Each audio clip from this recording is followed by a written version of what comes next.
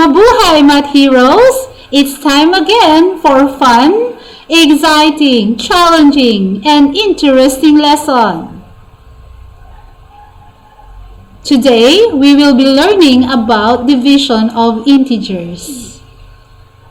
I am excited. How about you? Before we proceed, let's have a short review on multiplication of integers. What is negative 7 times negative 5? Is it 35 or negative 35? The product is 35. Very good. Remember, when multiplying two integers with both signs negative, the product is positive. Let's have another, which gives a product of negative 72. 9 times negative 8. Negative 9 times negative 8, which gives a product of negative 72. The answer is 9 times negative 8. That is equal to negative 72. Remember, when multiplying two integers with different signs, the product is always negative. Okay, so let us have now our lesson today. Let's try to analyze this. Negative 8 times negative 2, that is equal to 16, right? Negative 16 divided by negative 2, it is equal to 8. Take a look at the sign. They have the same sign, negative. The answer is positive. For division, we have same signs. The quotient is positive. So we can say that the rules in multiplying and dividing integers, if the signs are the same, both negative or both positive, your answer will be positive. Another, negative 9 times 6, it is equal to negative 54. Negative 54 divided by 6. The quotient is negative 9. Let's see the signs. Different signs. One is negative and the other is positive. The answer is negative. Same in division. Different signs. Negative divided by positive. The answer is negative. We can say now that the rules in multiplying and dividing integers, if the signs are different, positive and negative, your answer will be negative. So they are the same. Let's have an example here. Find the quotient of 45 divided by 5. Divide 45 and 5. What is the quotient? It is 9, positive 9. Because 45 and 5, they are both positive. So dividing integers with same signs, the quotient is positive. Don't forget it. The signs are the same, so the quotient is positive. Let's have example number 2. What is negative 21 divided by negative 3? Take a look at our given. The two integers are both negative. So, what would be the sign of our answer? Negative 21 divided by negative 3, it is 7, positive 7. Because the signs are the same, so the quotient is positive. Let's have number 3 example. What is negative 48 divided by negative 8? Okay? So, take a look at the signs. Divide the numbers. The answer is 6. Positive 6. Because the signs are the same, both negative, so the quotient is positive. Another example. What is negative 25 divided by 5? We have one negative and the other is positive. So, negative 25 divided by 5 is negative 5.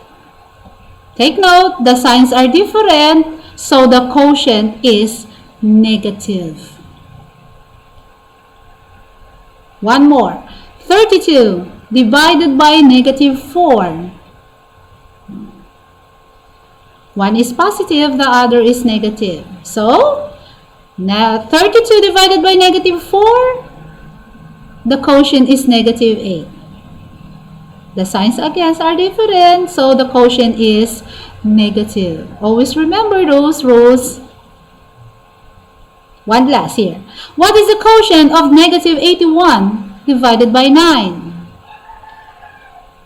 By applying the rule for dividing unlike signs, the answer is negative 9. The signs are different, so the quotient is negative. I hope that you have understood it.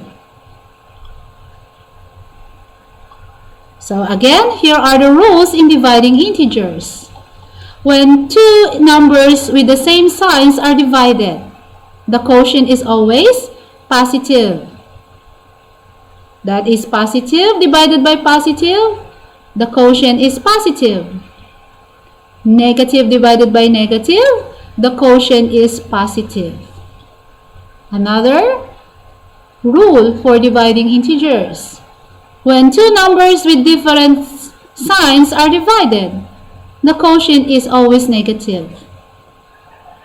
That is the positive divided by negative, the quotient is negative. Or negative divided by positive, the quotient is negative. Those are our rules. Do not forget it.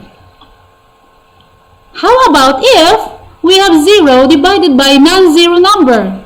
Non-zero number, for example, 1, negative 10, 1,000, 4, negative 3. Those are non-zero number. What would be the quotient? It is 0. Always 0. Once you divide 0 to non-zero number, the answer is always 0. Example, 0 divided by negative 8. The answer is 0. Another, 0 divided by negative 53. The quotient is 0. Very good. Okay? How about if we have this? Non-zero number divided by 0. Do we get 0 as the quotient? Or another answer? So here, non-zero number divided by 0, it is undefined. It's not 0, but it is undefined.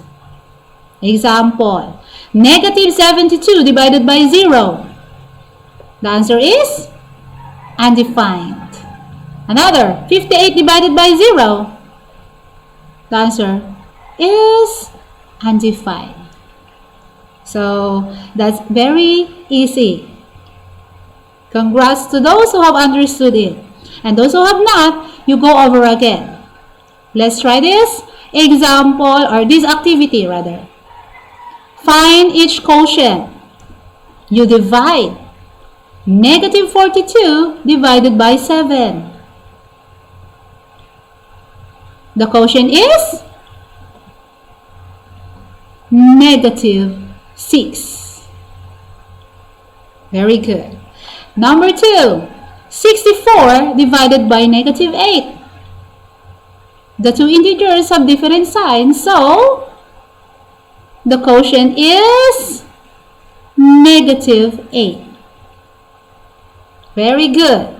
Okay, number 3, 0 divided by negative 92. What is the quotient? It is 0. Very good. Okay, number 4. Negative 35 divided by negative 7.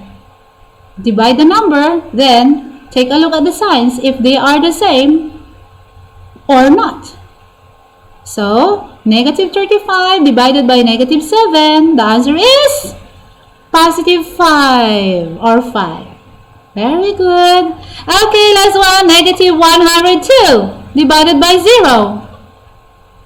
What is the quotient? It is undefined. Perfect. You got it right. Congratulations, everyone. Dividing integers is so easy, isn't it? Okay, so congrats each one of us. You have learned a lot today. Just keep on learning. Even you are at home, you will learn more. Okay, so to end up this lesson, I want to share this. Imagine with all your mind. Believe with all your heart.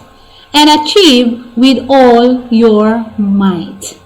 This is your teacher, Maricel A. Aguilar, saying thank you again for always learning with me. God bless everyone.